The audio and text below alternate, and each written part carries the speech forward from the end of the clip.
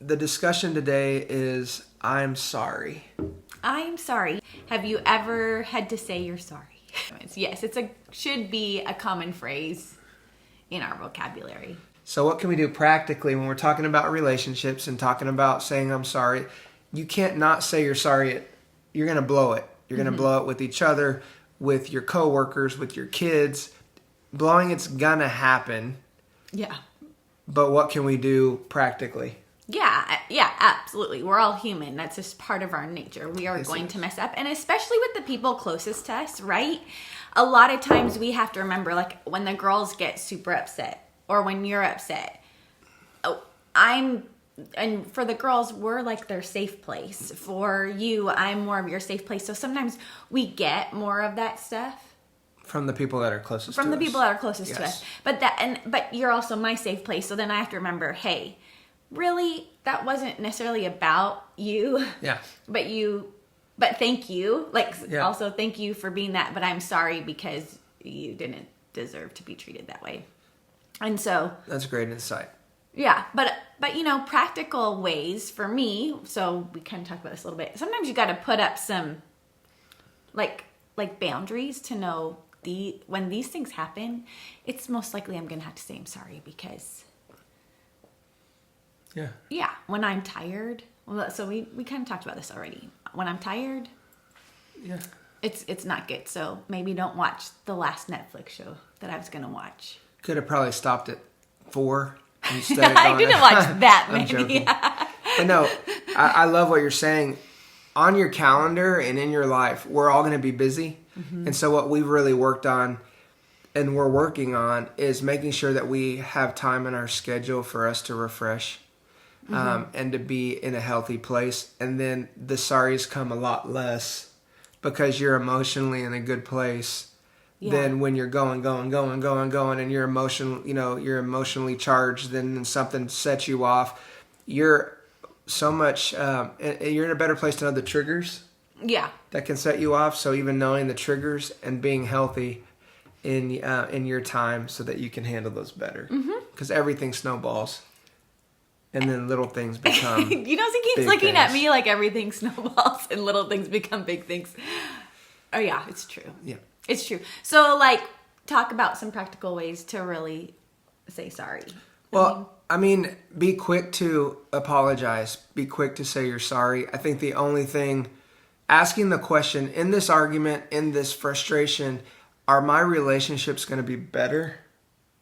Or are they going to be worsened because of how I handled the confrontation in front of me? Right. So it's stopping and saying, okay, I'm about to say something.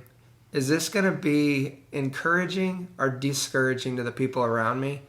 And it may not stop it, but it can slow it down enough for you to realize, okay, I need to stop and slow down. So I think that's one practically thing you can do is ask yourself in those emotionally charged times, and that's so hard to do because usually in the emotional times, that's when you're just going and you're not thinking. But if you can slow down enough to say, okay, is what I'm about to say to Stacy, is that going to help her? Is what I'm about to say to the girls, is that going to help them in our relationship? And if not, tapping the brakes a bit and saying, okay, I probably shouldn't say that. Or if you do say it, immediately say, I'm sorry. Yeah. You think the faster the better or the truer the better? I think it's got to be both, right? What do you guys think? It's got to be from your heart. So it doesn't matter if I say, I'm sorry, if it doesn't mean anything. Yeah. Which brings up... I'm sorry I'm not perfect. Yeah, that doesn't help. I'm sorry, but... Yeah, and we talked about that too. Take the buts out of the sorries. Buts just get in the way. Move those things. Yeah. We talked about something that was really interesting.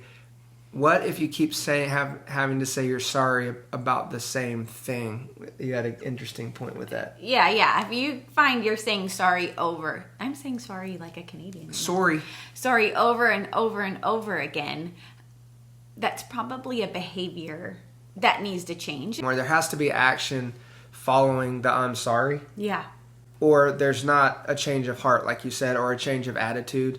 And so an indicator practically is if you're saying sorry about the same thing, maybe you need to really look at how can I stop doing the action that's causing me to say I'm sorry. True. I love that. You know? And, the other thing I was thinking too is the person who, like for you, for example, I want to know if you're on here watching, what are you quick to say sorry, or is I'm sorry hard to say? Yeah, so knowing it's a big deal for Stacy to say she's sorry because that's just not something that she did. And I would probably say she probably has to say she's sorry less than I probably do. But meeting people where they're at is a really big thing. And having grace, like have grace for the person. If they say they're sorry, don't keep drumming it.